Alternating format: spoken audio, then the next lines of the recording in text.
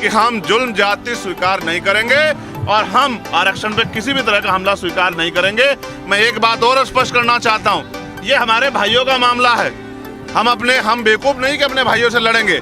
हम अपने भाइयों से, डीएससी के जो भाई हैं, इस आंदोलन के बाद उनसे भी बैठ के बात करेंगे। अब हमें किसी बंदर की जरूरत नहीं कि वो रोटियों को बंटवारे में इंसाफ करे। हम सरकार की नीयत को जानते हैं, समझते हैं। हमें सरकार की नीयत, इन सरकारों को, मानववादी सरकारों को दिन में तारे दिखा देंगे, ना भाईचारा टूटने देंगे, ना अपने अधिकार जानते हैं। मैंने सड़कों की लड़ाई नहीं छोड़ी है।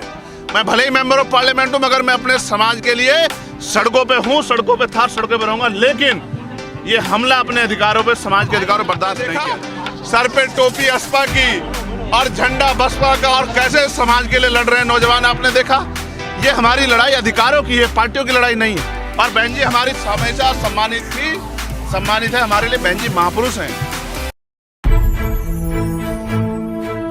आरक्षण में वर्गीकरण को लेकर जो टिप्पणी आई है सुप्रीम कोर्ट की, उसको लेकर दिल्ली के जंतर मंतर पे आंदोलन है और चंद्रशेखर आज़ाद मौजूद है यहाँ पे, वर्तमान सांसद नगीना से और आज़ाद समाज पार्टी के अध्यक्ष। जो टिप्पणी है सुप्रीम कोर्ट की, वो सचमुच में पीछे छूटे हुए लोगों को अधिकार दिलाने की कोशिश है या फिर साजिश है? आप क्या सोचते हैं? मैं इसको साजिश मानता हूँ। अगर अधिकार दिलाने की बात हो तो मैं आपको याद दिलाना चाहता हूँ, 1.5 साल पहले हमने तमाम राष्ट्रपति को भी ज्ञापन दिया था, पूरे देश में धरना करके, प्राइम मिनिस्टर को भी ज्ञापन दिया था, मुख्यमंत्री को दिया था कि जो जातियां हाशिए पे है, आपके फॉर्मूलों की वजह से, आपके सिस्टम की वजह से, क्योंकि आपने आरक्षण अभी तक पूरा नहीं किया। भाई 15% आरक्षण शेड्यूल कास्ट को है, 4 या 5% मिला है। 27% आरक्षण ओबीसी को है, 6 या 7% पूरा हुआ है क्लास 1 से ले क्लास 4 तक, और 7% करीब आरक्षण, 7.5% आदिवासियों को, उसमें से 3 या 4% पूरा हुआ। आज तक आपने हमारे हकमारी को रोका ही नहीं।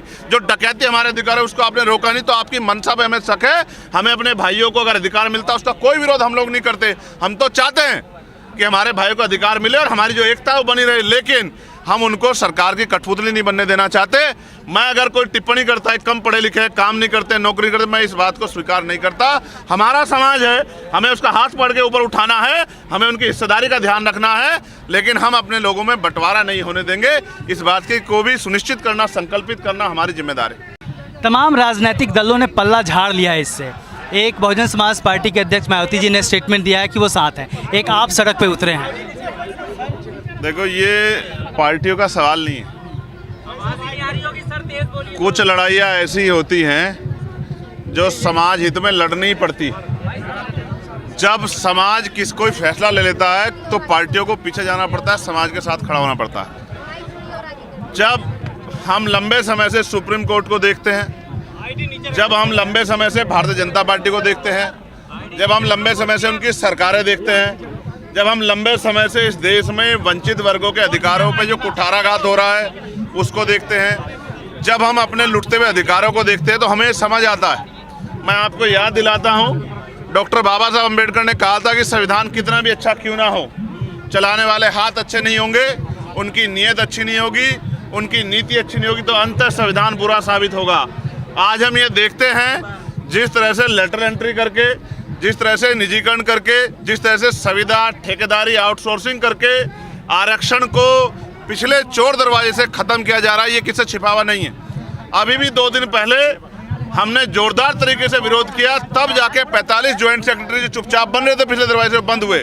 और अभी भी सिंगल पोस्ट निकाल कर जिस तरह से आरक्षण की धज्जियां उड़ाई जा रही है, ये भी छिपा हुआ नहीं है।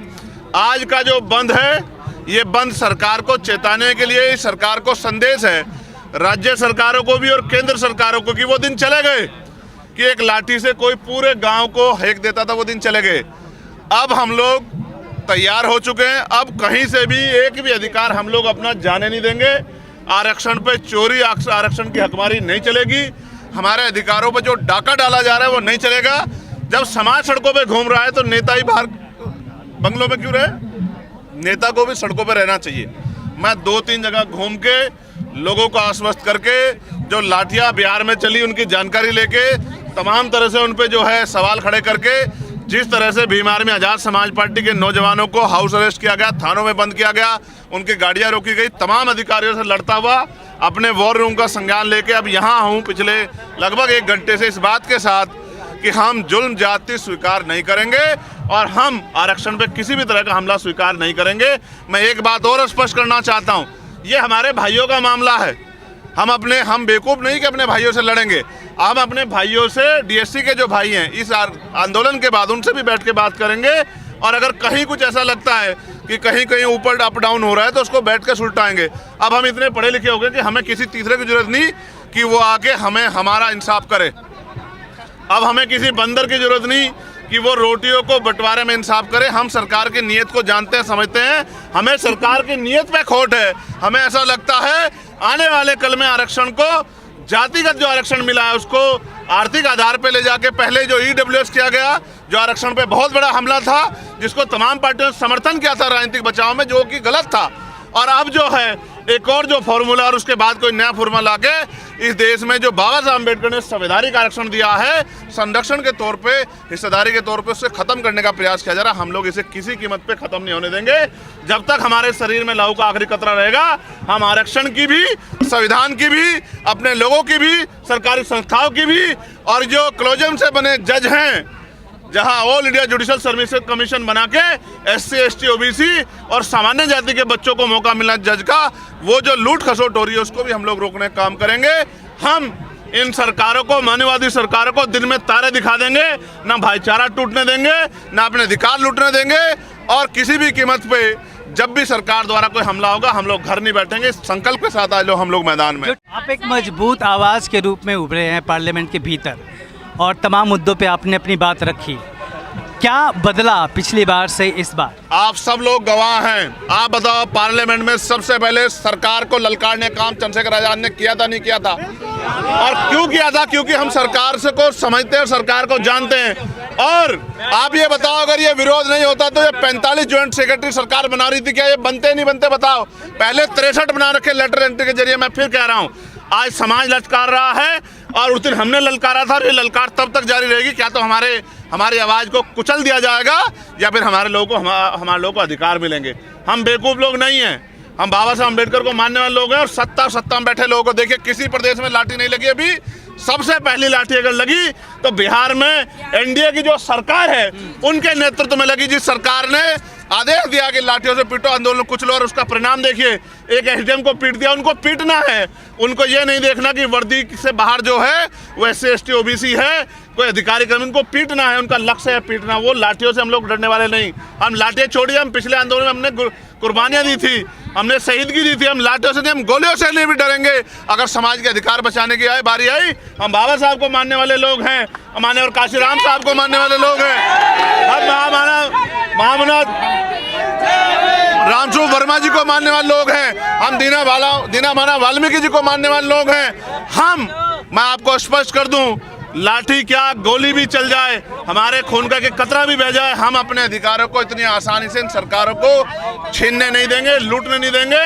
मैं फिर आपको कह रहा हूं कि लाठी गोलियों का हिसाब आने वाले समय में समाज सूझ समेत करेगा। इस बात का भी मैं सरकार को वचन देता हूं। और मैं सरकार को भी चेताता हूं, शांतिप्रिय आंदोलन है, संवैधानिक आंदोलन है, मर्यादित आंदोलन है।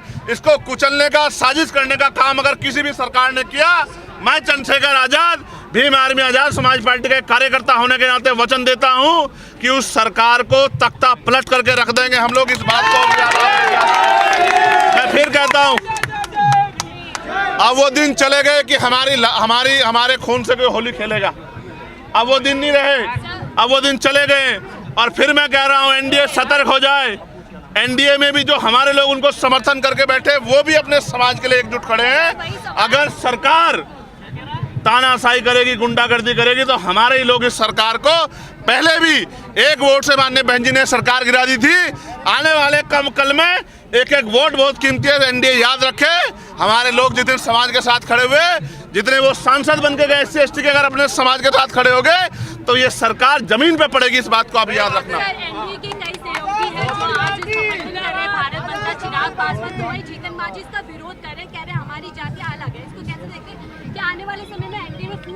देखिए, मैं फिर कह रहा हूँ, जिसे जिसे समझ आ रहा है वो विरोध कर रहा है। और जिनको नहीं समझ आया उनको अपने भाइयों को हम लोग बिठा के वार्ता करके टेबल टॉक करके समझाएंगे।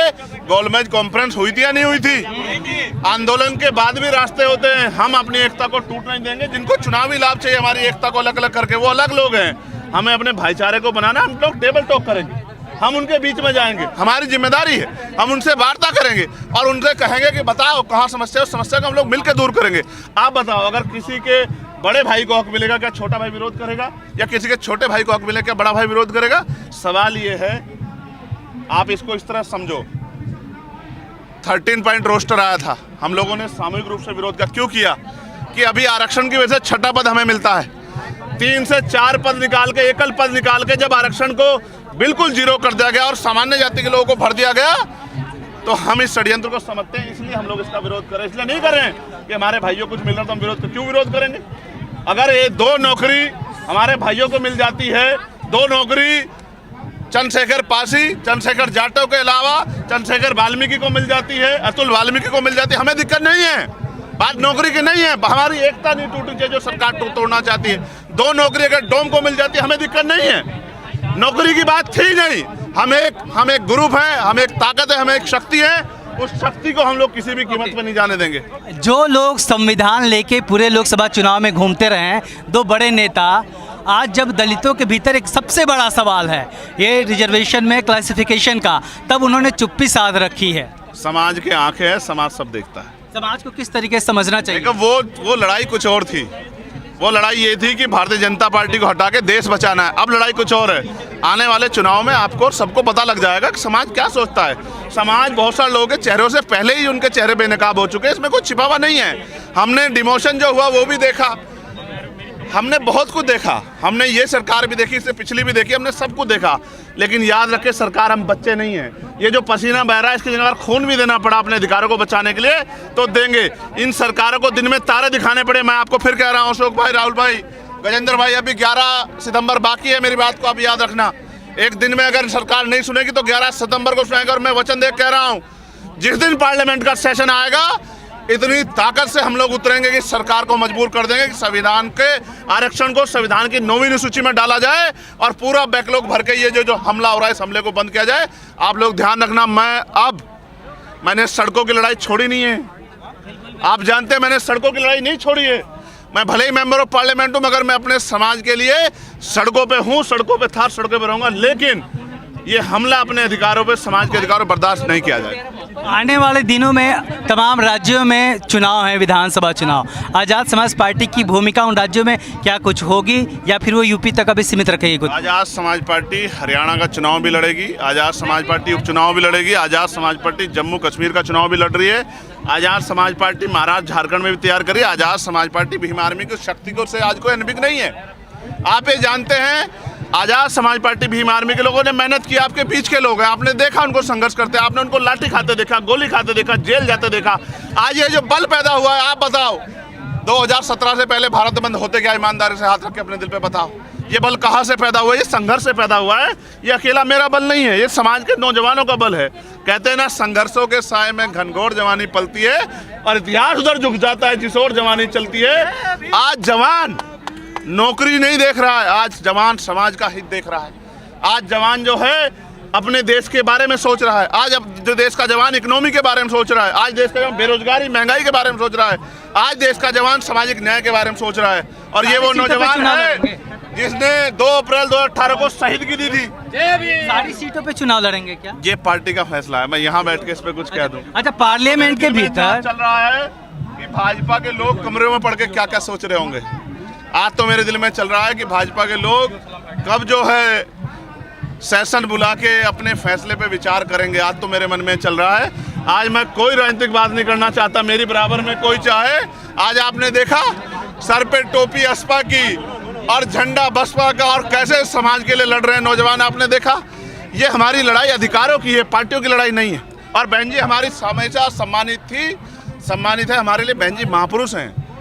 हम किसी की बातों में आके अपनी नेता को बुरा नहीं कह सकते हैं, हम बेवकूफ़ लोग नहीं हैं। वो हमारी नेता थी, नेता है और नेता रहेंगी। लेकिन हमें अपने दायित्वों को निभाना है, हमें अपनी जिम्मेदारी को अदा करना है। हम लड़ने के लिए नहीं है, हम एकजुट होकर अपने अधिकारों की रक्षा करने के लिए राजनीति कर रहे हैं। आप पार्लियामेंट के बाहर से आप देश को देखते थे, पार्लियामेंट के भीतर मैंने भी 5 साल पार्लियामेंट कवर किया। जब हम ऊपर से देखते हैं, प्रेस गैलरी से तमाम नेताओं से मिलते हैं, तो एक अलग दुनिया, एक अलग देश देखते और समझते हैं। आपने कौन सा देश देखा और समझा, क्या बदला? देखो, देश में 2 तबके हैं। वो जिनको सरकार अमीर करना चाहती है, जो सरकार के करीब, और एक तरफ ये तबका जो हाशिए पे है, जिन पे बुनियादी सुविधा नहीं है, रोटी कपड़ा मकान नहीं है। हमें उसकी ज़्यादा चिंता है जिसके पास कुछ नहीं है। मैं ये समझ पाया हूँ कि अभी सरकारें पूंजीपतियों के लिए काम करें, जब सरकारें जनता के लिए काम करेगी तभी लोगों के जीवन में खुशहाली आएगी। अगले सेशन में क्या क्या बड़े मुद्दे होंगे? अगर अगले सेशन तक पार्लियामेंट में रहा तो आप देखना। नहीं रहेंगे ही ना, अभी तो 5 साल कह रहा हूं। हैं ही। मैं कौन तो बर्खास्त कर रहा है? हर दिन को चंद्रशेखर को बर्खास्त करने की हिम्मत नहीं है। मैं फिर कह रहा हूँ, हर दिन को अंबिका पाल जी कहते हैं चंद्रशेखर जब तक बोलेंगे तब तक कार्रवाई चलेगी। मैं क्या कह रहा हूँ, हाँ आप समझो, मैं वहाँ झुक के किसी के सामने नहीं गया हूँ। समाज ने मुझे सीना तान के वहाँ भेजा। जी, तो ये थे भीम आर्मी चीफ, आज़ाद समाज पार्टी के राष्ट्रीय अध्यक्ष चंद्रशेखर, जो खुल के मैदान में आ गए हैं। और सबसे बड़ी बात ये है कि उन्होंने इस लड़ाई को पूरे समाज की लड़ाई बताया है, और बहन जी को नेता बताया है, और कहा है कि पूरी लड़ाई पूरे समाज को मिलकर लड़ना होगा। दिल्ली के जंतर मंतर से कैमरामैन वीरेंद्र के साथ मैं शुभदास, दिल्ली दस्तक। तुम लोग ये जगह